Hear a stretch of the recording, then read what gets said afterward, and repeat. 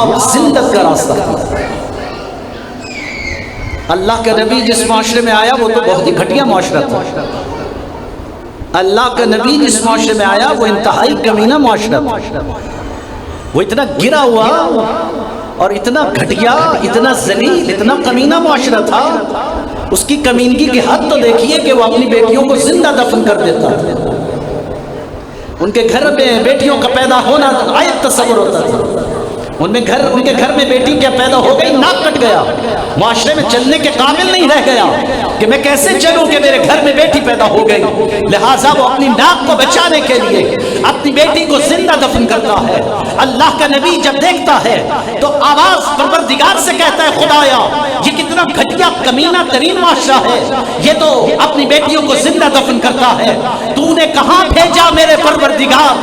یہ تو کمینہ معاشرہ ہے، گرا ہوا ہے۔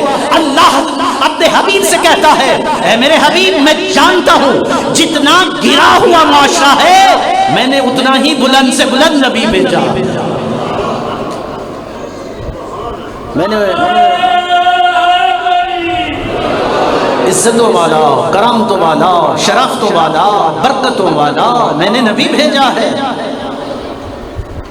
میں نے اس لیے تو بھیجا ہے میرے حبیب کہ تم اسی معاشرے میں جاؤ جو اپنی بیٹیوں کو زندہ دفن کرتے ہیں۔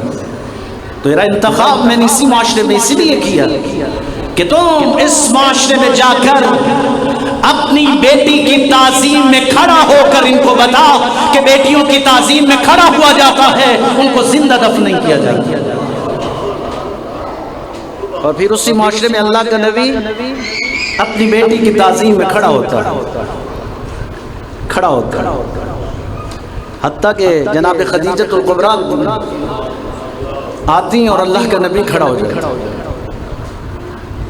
ایک دن عرض کیا، یا رسول اللہ آپ میرے سرتاج ہیں، میرے رہبر ہیں، ہادی اور رہنما ہیں، ایسا کیوں کرتے ہیں جب میں آتی ہوں تو آپ میرے احترام میں کھڑے ہو جاتے ہیں؟ کہا خدیجہ میں تیرے احترام میں کھڑا نہیں ہوتا ہوں، تیرے بدن میں جو بچی ہے میں اس کے احترام میں کھڑا ہوتا ہوں۔ یہ مقام اور یہ شرف کبھی سوچیے آپ اس ذلت زدہ زندگی سے کیسے بچا جا سکتا؟ اس قرآن کو اپنی زندگی میں لاؤ، جس گھر میں تلاوت قرآن ہوتی ہے وہ گھر رحمتوں کا مرکز بن جاتا ہے۔ صبح سے لے کر شام تک اس گھر میں ملائکہ کا نزول ہوتا ہے کہ جس گھر میں تلاوت قرآن ہوتی ہے۔ گویا کہ ایک حرف کے بدلے میں اللہ 1000 نوری مخلوقات سماوی کو پیدا کر دیتا ہے جو صبح سے لے کر شام تک اس کے لیے استغفار کرتی رہتی ہے۔ یعنی کہ بسم اللہ الرحمن الرحیم جب آپ پڑھتے ہیں تو اس کا مطلب ہے کہ بسم اللہ الرحمن الرحیم میں کل 19 حروف ہیں، تو گویا جب آپ بسم اللہ کی تلاوت کرتے ہیں تو 19 حروف کی تلاوت کرتے ہیں۔ 19 حروف کی تلاوت کرنے کے بعد آپ نے 19,000 مخلوقات سماوی کو دعوت دی کہ وہ آئیں اور آپ کے لیے استغفار کریں۔ یہ بسم اللہ پڑھنے پر 19,000 ملائکہ کو دعوت دے رہے ہو، جب سورہ فاتحہ پڑھو گے تو کیا حال ہوگا؟ آسمانوں پر وہ گھر چمکتا ہے ستاروں کی طرح کہ جس گھر میں تلاوت قرآن ہوگا۔ تو قرآن کی تلاوت، قرآن مخص ہے۔ جب تو قرآن کو اپنی زندگی میں نہیں لاؤ گے، بھول جاؤ کہ ذلت سے نکلو گے، پستیوں سے نکلے گے۔ تو صرف پڑھنا کافی نہیں ہے، تلاوت قرآن کافی نہیں۔ اس کو پڑھو، اس کو سمجھو، ترجمہ۔ آج تو ماشاءاللہ جدید ٹیکنالوجی، اور پھر آپ کے پاس موبائل، اور موبائل کھولیے تلاوت قرآن ساتھ ترجمے کے ساتھ، مشکل ہے تو آپ پڑھیے ترجمے کے ساتھ۔ یعنی اس طرح نہیں ہے، اس قرآن کو سمجھنا بھی ہے کہ یہ کہنا کیا چاہتا ہے، مطالبہ کیا کرتا ہے، ڈیمانڈ کیا ہے، یہ ہمیں کہنا کیا چاہتا ہے۔ اس لیے میرے مولا امیر المومنین یعنی ارشاد فرماتے ہیں نہج البلاغہ میں، رب طال القرآن والقرآن یلعنہ، بہت سے قاری قرآن ایسے ہیں کہ جب وہ قرآن پڑھتا ہے تو قرآن اس پہ لعنت کرتا ہے۔ اس لیے کہ تم پڑھ تو رہے ہو لیکن سمجھ نہیں رہے ہو کہ میں کہنا کیا چاہتا ہوں۔ اس لیے سمجھنا ہے اس قرآن کو، اور جب قرآن سمجھ میں آ جائے گا تو یاد رکھیے پھر یہ ذلت اور جہالت اور پستیاں اور یہ فرقہ بندیاں ختم ہو جائیں گی، ختم ہو جائیں گی یہ فرقہ بندیاں۔ امام علی نقی علیہ السلام ارشاد فرماتے ہیں کہ جہلا اگر اپنی زبانوں کو بند کر لیں تو یہ فرقہ بدیاں ختم ہو جائیں گی. فرقے جہالت کی بنیاد پر وجود میں آتے ہیں، اور ظاہر ہے کہ یہ جہالت کی بنیاد پر جب فرقے وجود میں آتے ہیں تو وہ قرآن سے ہٹ کر ہوتے ہیں. قرآن نقص نہیں بنا سکتے.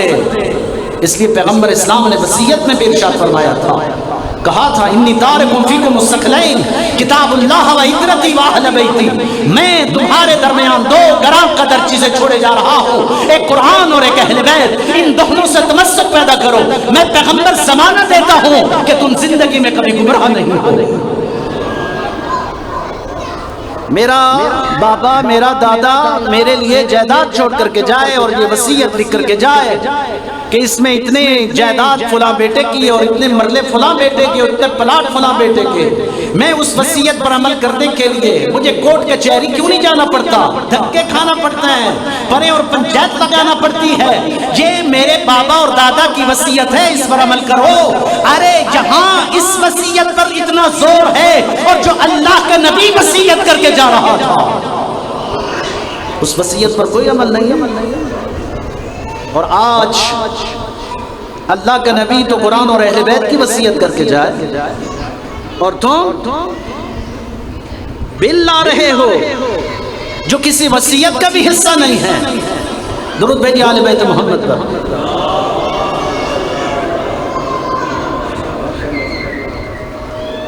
بہت ہی خوبصورت شاعر ہیں اور ڈی جی خان دھرتی کے، اور خوب سرائکی مدحت کرتے ہیں آل محمد کی، اور عاشق حسین مسکین یہ نام کی مسکین ہے، ویسے مسکین نظر نہیں آتے، آپ یاد رکھیے.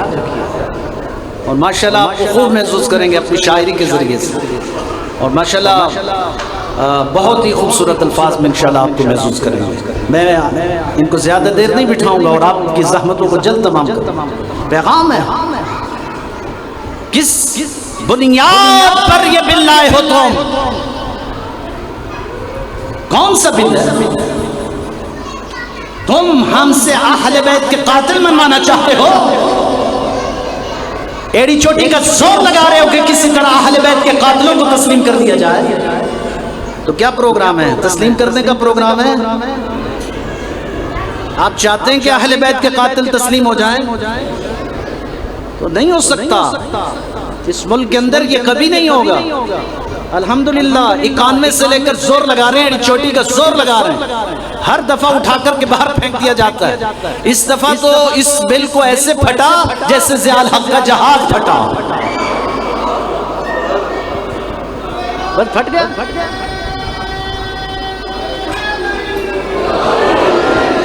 خوشیاں منا رہے تھے، مٹھائیاں تقسیم کر رہے تھے، ہم نے بڑا مارکا سر کر لیا، ہم نے یہ کر لیا، ہم نے وہ کر لیا. کریے جتنا لگائیے، زور لگائیے، لیکن بتا دیا ایک طرف وصیت پیغمبر کو پاؤں تلے راند رہے ہو، جب اللہ کا نبی بات ہی اہل بیت کی کر رہا ہے قرآن کے ساتھ، تو پھر آؤ میدان میں ڈٹ کے کھڑے ہو جاؤ. اس قرآن کو اہل بیت کے ساتھ تسلیم کرنا پڑے گا، اور اگر اہل بیت اور قرآن کو جدا کرو گے تو حشر وہی ہوگا جو کربلا میں یزید کا ہوا تھا. اس لیے کہ یزید بھی تو یہی چاہ رہا تھا کہ میں قرآن کو اہل بیت سے جدا کروں. وہ یہ اہل بیت کو قرآن سے جدا کرنے کا ہی تو جسارت کر رہا تھا. اس کا سارا ارادہ، منصوبہ، اس کی پلاننگ تبھی سے تو ہو گئی جب پیغمبر نے قرآن کو اہل بیت کے ساتھ جوڑ دیا تھا اور کہا تھا نہیں نہیں حسبنا کتاب اللہ، ہمارے لیے تو اللہ کی کتاب کافی ہے. اور پیغمبر کہہ رہے تھے نہیں، اہل بیت کے ساتھ قرآن کافی نہیں ہے، اہل بیت ضروری ہے. پھر کہہ رہے تھے نہیں، ہمیں قرآن کافی ہے. جب قرآن کافی کا نعرہ لگایا تو پھر تہیہ کر لیا کہ میں نہیں تو پھر کوئی صحیح جو آئے گا اس قرآن کو جدا کرے گا. گویا کہ ایڑی چوٹی کا زور لگا رہے تھے اس قرآن کو اہل بیت سے جدا کرنے کے لیے. تو کربلا میں حسین کا سر کاٹ کر خوشی کا اظہار کر رہے تھے اور یہ کہہ رہے تھے بدر کا بدلہ لینا ہو، خندق کا بدلہ لینا ہو، حنین کا بدلہ لینا ہو، حسین ہمارے نرغے میں گھرا ہوا ہے، آؤ حسین سے بدلہ لیں. تو گویا یہ قرآن کو اہل بیت سے جدا کرنے کی جسارت تھی. کاٹ رہے، خوشی کا اظہار کر رہے، ہم نے جدا کر دیا سر حسین اہل بیت سے، ہم نے قرآن کو جدا کر دیا اہل بیت سے. اصل تماشا اور یہ کھیل کربلا میں یہ پیش کیا جا رہا ہے کہ تم قرآن کو اہل بیت سے جدا کر رہے ہو سر کاٹ کر. میں اس بات پر مرحلے پر بعد آؤں، آج وارث قرآن کون ہوتا ہے یہ ہم ثابت کریں گے. ہم ثابت کریں گے کہ قرآن کا اصل وارث کون ہے. اس لیے کہ جب قرآن ٹیونس کے اندر چلایا گیا، نہ تمہارے مظاہرے نظر آئے، نہ تمہارے احتجاج نظر آئے، نہ تمہاری اخباری کوریج نظر آئی، اور تم ایک بل لے کر کے پورے پاکستان میں پھرتے رہے اور ٹیونس میں قرآن چلتا رہا. تم نے قرآن کی حقیقت اور احقیت پر تو آواز نہیں اٹھائی، لیکن ایک مرد قلندر جب اقوام متحدہ کی اسمبلی میں کھڑا ہوا تو اس نے قرآن اٹھا کر اس طرح بات کی جس طرح حسین نے نیزے پر تلاوت قرآن کی بات کی. آیا یہ بس ہاں بتانا چاہتا ہوں کیا ہے یہ، کون سا کھیل اور یہ کون سا تماشا. یاد ہے نا آغا مسکین قبلہ کہہ رہے ہیں کہ تھوڑی سے اس کی تشریح ضرور کریں. ضرور کروں گا. یہ قرآن تھا جو نیزے پہ اٹھایا گیا تھا. جنگ صفین میں اس قرآن کو نیزے پر اٹھایا گیا تھا، اور جنگ صفین میں قرآن نیزے پر اٹھا کر دھوکہ دیا جا رہا تھا. کس کو؟ علی والوں کو، کہ علی قرآن سے جنگ کر رہا ہے، علی قرآن سے لڑنا چاہتا ہے، علی قرآن سے جنگ کر رہا ہے. اور ادھر یعنی یہ تماشا اور یہ کھیل کوئی پہلی دفعہ نہیں ہوا. یہ قرآن نیزے پر اٹھا کر دھوکہ دینا ان کی پرانی عادت ہے. لہٰذا قرآن کو نیزے پر اٹھا کر یہ دھوکہ دے رہے تھے. کس کو؟ علی والوں کو. اور کہہ رہے تھے کہ علی قرآن سے جنگ کر رہا ہے، اور ادھر علی کہہ رہے تھے کہ کلمۃ الحق علی یراد الباطل. ان کا نعرہ اچھا ہے، ان کا ارادہ اچھا نہیں ہے. ان کا نعرہ تو اچھا ہے لیکن ان کا ارادہ اچھا نہیں. نعرے بعض دفعہ نعرے اچھے ہوتے ہیں، ارادے اچھے نہیں ہوتے.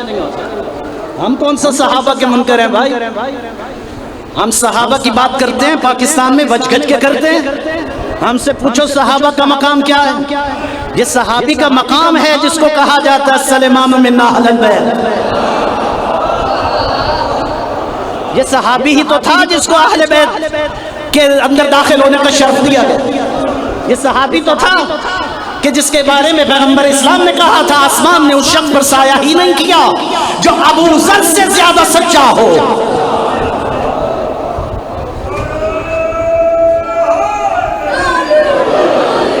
یہ مقام اور یہ شرف ہمیں پتا ہے صحابہ کا. نعرے اچھے، ارادے اچھے نہیں. اس وقت نیزے پہ قرآن اٹھا کر کے علی والوں کو دھوکہ دیا جا رہا. ہمارے ہاں بھی بڑے مسئلے ہیں. بعض دفعہ ولایت کو نیزے پہ رکھ کے قرآن والوں کو دھوکہ دیا جاتا ہے.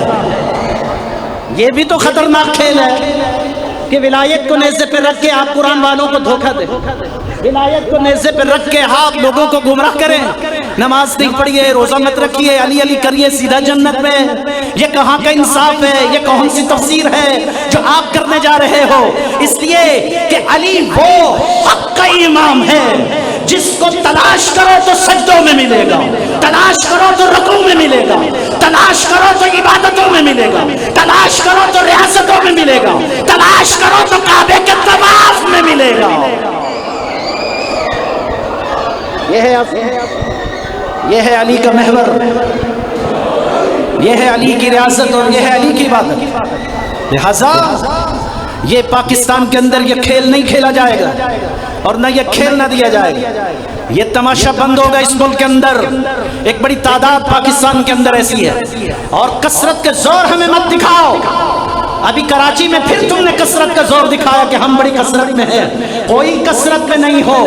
ہاں، اور پھر کثرت کا روگ مت دکھاؤ، اس لیے کہ اس سے پہلے بڑی بڑی کثرتیں ہم دیکھ چکے ہیں.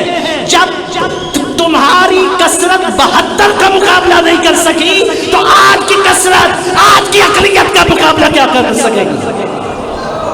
نہیں کر سکتے. لہٰذا یہ کثرت نہیں.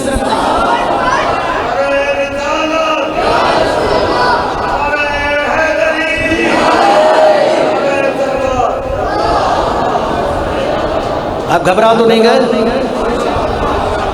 میں آپ کی زحمتوں کو تمام کروں. بس یہی قرآن کو جدا کر رہے تھے. اقوام متحدہ میں وارث قرآن نے قرآن اٹھا کر بات اور کہا یہ قرآن، اس قرآن کی توہین نہیں ہونے دیں گے، اس قرآن کو جلنے نہیں دیا جائے گا. کبھی قرآن جلاتے ہو، کبھی دروازہ جلاتے ہو. یہ تماشا گیری بند ہو. اس قرآن کا اس دروازے سے بڑا گہرا تعلق ہے. فرق صرف اتنا ہے آج دروازہ نظر نہ آیا تو قرآن جلا دیا. آپ کو پتہ ہونا چاہیے اس قرآن کے ساتھ 2 تصویریں جلی. میں چیلنج سے کہتا ہوں آؤ یہ 2 تصویریں کیوں جلائی گئیں؟ صرف قرآن نہیں جلایا، 2 تصویریں جلی. 2 تصویریں بھی جلا دی. یہاں کے احمقوں کی اور بے وقوفوں کی بات نہیں کر رہا، لیکن جو سمجھتے ہیں اسلام کی حقانیت تو ان کو پتا ہے کہ اسلام کا اصلی وارث کون ہے، قرآن کا اصلی وارث کون ہے. تبھی تو وہ قرآن کے ساتھ 2 تصویریں بھی جلا رہے ہیں. ان کو پتا ہے کہ اگر اس قرآن کو بچانے کی بات آئے گی تو یہ بچائے گا. تو دنیا نے دیکھا صرف قرآن نہیں جلا، بلکہ قرآن کے ساتھ سید علی خامنائی کی تصویر کو جلایا اور قاسم سلیمانی کی تصویر کو جلایا. اس لیے کہ جانتے ہیں کہ اس قرآن کے 2 محافظ ہیں. سید علی خامنائی جو اس وقت اسلام کا دفاع کر رہا ہے، اسلام کی ترجمانی کر رہا ہے، اسلام کی حق اور حقیقت کی بات کر رہا ہے، وہ ہے سید علی خامنائی.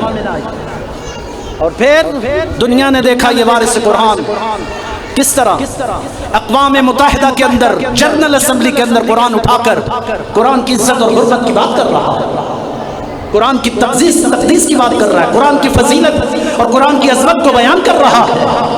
پھر فتح ہوئی قرآن کی. فرق صرف اتنا ہے کہ یزید قرآن کو اہل بیت سے جدا کرنا چاہتا تھا اور وہ یہ نعرہ لگا رہا تھا کہ میں نے قرآن کو اہل بیت سے جدا کر دیا. اور پھر اس پر شادیانے بجا رہا تھا، خوشی کا اعلان کر رہا تھا کہ دیکھو دیکھو ہمارے آباء و اجداد کا نعرہ سچ ہو گیا کہ ہم نے کہا تھا قرآن کافی ہے اور آج سر کاٹ کر ہم نے قرآن کو اہل بیت سے جدا کر دیا. یہ نعرہ لگا رہا تھا. ادھر وارث قرآن نے کہا ٹھہر یزید ٹھہر، میں تجھے بتاتا ہوں تم نے کس کو جدا کیا. یہ سر سفر کرتا کرتا کوفہ کے بازار میں آ گئے. نوکے نیزہ پہ سفر کرتا کرتا کوفہ کے بازار میں آیا. دھڑ پڑا تھا کربلا میں اور سر پڑا تھا کوفہ کے بازار میں. 60 میل کا فاصلہ ڈالا ہے زہرا کے لال نے. کوفہ اور کربلا کے درمیان 60 میل کا فاصلہ ہے. یزید نعرہ لگا رہا ہے میں نے آج آباء و اجداد کی خواہش کو پورا کر دیا، آج میں نے قرآن کو اہل بیت سے جدا کر دیا، آج میں نے پیغمبر کی وصیت کو رون کر رکھ دیا، آج پیغمبر کی وصیت کو میں نے جھٹلا دیا، آج میں نے ثابت کر دیا کہ قرآن کا اہل بیت کے ساتھ دامن نہیں ہو سکتا. میں نے سب کاٹ کر یہ ثابت کر دیا کہ قرآن اہل بیت سے جدا ہے. اور پھر دیکھیے ادھر حسین کیا جواب دے رہے ہیں، ٹھہر یزید ٹھہر صبر کر، میں تجھے بتاتا ہوں. 60 میل کا فاصلہ ڈال کر کوفہ کے بازار میں نوکے نیزہ پر تلاوت قرآن کر کے حسین نے بتایا دیکھ یزید آج بھی قرآن اہل بیت کے ساتھ ہے. تم اس قرآن کو اہل بیت سے جدا کیسے کر سکتے ہو؟ یہ کٹا ہے سر حسین تو تلاوت قرآن کرے گا، تلاوت قرآن کرے گا. اس لیے تم اس قرآن کو اہل بیت سے جدا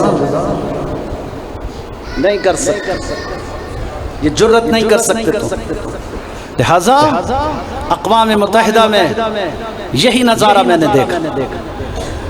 قرآن جلانے والے سمجھ رہے تھے قرآن جل گیا اور اہل بیت کا وارث قرآن اٹھا کر دنیا کو سب جا رہا ہے دیکھو قرآن کے وارث آج بھی زندہ ہیں، آج بھی زندہ ہیں. تم اس قرآن کو ختم نہیں کر سکتے.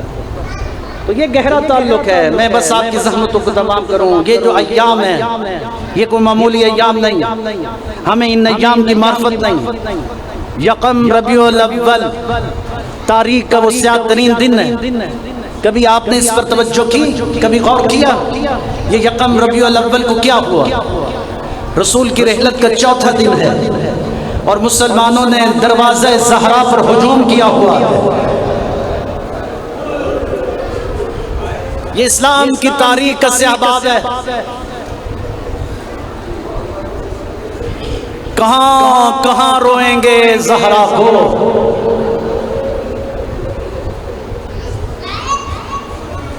75 دن زندہ رہی، 90 دن زندہ رہی سیدہ. کبھی سوچو تو صحیح ہوا کیا ہے سیدہ کے ساتھ؟ مسلمان ناطق قرآن سے بیعت لینے آئے. علی تلاوت قرآن کر رہے تھے. علی تلاوت قرآن کر رہے تھے. قاری قرآن کے گلے میں رسی کو ڈال دیا.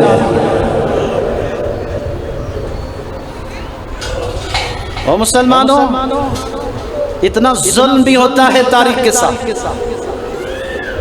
ابھی پیغمبر اسلام کی رحلت کا چوتھا دن ہے. کائنات عالم میں کوئی ایسی ہستی ہے تو لا کر کے دکھاؤ. خدا نخواستہ میرے گھر میں فوتیدگی ہو جائے، پورا شہر اکٹھا ہو جائے، مجھے دلاسے دیے جائیں، مجھے حوصلے دیے جائیں، میرے لیے دریاں بچھائی جائیں، کھانے کے اہتمام و انتظام کیے جائیں. قسمت رسول کی بیٹی کی بابا کی وفات کے بعد، شہادت کے بعد 3 دن تک انتظار کرتی رہی. کوئی تو آ کر کے کہے زہرا تیرے بابے کا بڑا ایمان.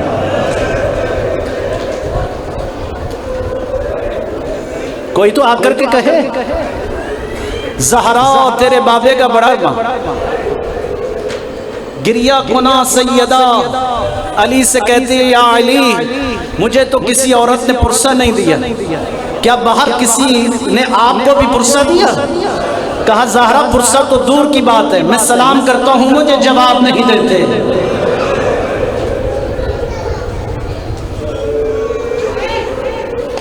سیاہ باب ہے تاریخ کا. 3 دن تک پیغمبر کا جنازہ پڑا ہے اور مسلمان گم ہیں. نہ جانے مسلمان کہاں چلے گئے. نبیوں کا سردار دنیا سے گیا ہے، کچھ تو حیا کیا ہوتا. لیکن چلیے 3 دن تک پیغمبر کا جنازہ پڑا رہا. آخر کار سیدہ نے کہا علی کب تک میں بابا کا جنازہ لے کر بیٹھی رہوں؟ آپ دفن کر دیجئے نا میرے بابا کو. تنہا علی چند صحابہ کے ساتھ پیغمبر کو دفن کر چکا. عمومی طور پر یہی ہوتا ہے کہ کسی کی شہادت و فوتیدگی ہو جائے تو تدفین کے بعد لوگوں کا سلسلہ شروع ہو جاتا فاتحہ خوانی کے لیے، پرسہ داری کے لیے. لیکن زہرا کے گھر کا عجیب منظر ہے. پرسہ دینے نہیں آئے، آگ لے کر آئے ہیں زہرا کے دروازے پر. آگ لے کر کے آئے. کہا علی کو باہر نکالو ورنہ گھر کو آگ لگا دیں. دیکھتے ہی دیکھتے وہ دروازہ جلنے لگا. جس دروازے پہ نبیوں کا سردار کھڑے ہو کر آئے تطہیر کی تلاوت کیا کرتا تھا اور کہتا تھا زہرا اجازت ہے کہ میں اندر آ جاؤں. جس دروازے پہ نبیوں کا سردار اجازت لیا کرتا تھا زہرا اجازت ہے میں اندر آ جاؤں. ایک دفعہ تو ایسا ہوا کہ نبی زادی سن نہ سکی، کسی کام میں مصروف ہو گئی اور اللہ کا نبی بڑی دیر تک کھڑا رہا. اور جب سیدہ کو پتا چلا کہ میرا بابا بڑی دیر سے دروازے پر کھڑا ہے، ایک مرتبہ تڑپتی ہوئی دروازے پر آئی. کہا نبیوں کا سردار بابا، کائنات کا مختار بابا، ایسا کیوں کرتے ہو جب بھی میرے دروازے پر آتے ہو اور کہتے ہو زہرا اجازت ہے کہ میں اندر آ جاؤں؟ نبیوں کا سردار دھارے مار کر رویا اور کہا زہرا کیا کروں، میں جب بھی تیرے دروازے پر آتا ہوں جبرائیل آ کے میرے قدم روک دیتا ہے، مجھے کہتا ہے تو یاسین صحیح، تو طٰہٰ صحیح، تو مزمل صحیح، تو مدثر صحیح، لیکن یہ فاطمہ کا دروازہ ہے. اجازت ملے تو جاؤ ورنہ یہی رک. ازادارو جس دروازے پہ نبیوں کا سردار اجازت لیتا تھا وہاں 4000 مسلمان 4000 مسلمان، 4000 تک کی روایات میں نے مقتل کی کتابوں میں پڑھی، اور آیت اللہ وحید خراسانی نے جو مسائل پڑھے ان میں یہ بڑا مصیبت کا جملہ ہے کہ صرف دروازہ اکٹھا نہیں ہوا 4000 مسلمان، بلکہ دیکھتے ہی دیکھتے وہ دروازہ جلنے لگا۔ صرف دروازہ نہیں جلا بلکہ اس جلتے ہوئے دروازے کو ایسا دھکا دیا گیا، اندر سیدہ ہیں، ادھر جلتا ہوا دروازہ ہے، ادھر جلتا ہوا دروازہ سیدہ پر اس طرح گرا کہ دیوار اور در کے درمیان سیدہ پس کے رہ گئی۔ آواز دی یا فزت ادرکنی، فزہ جلدی آ میرا محسن شہید ہو گیا۔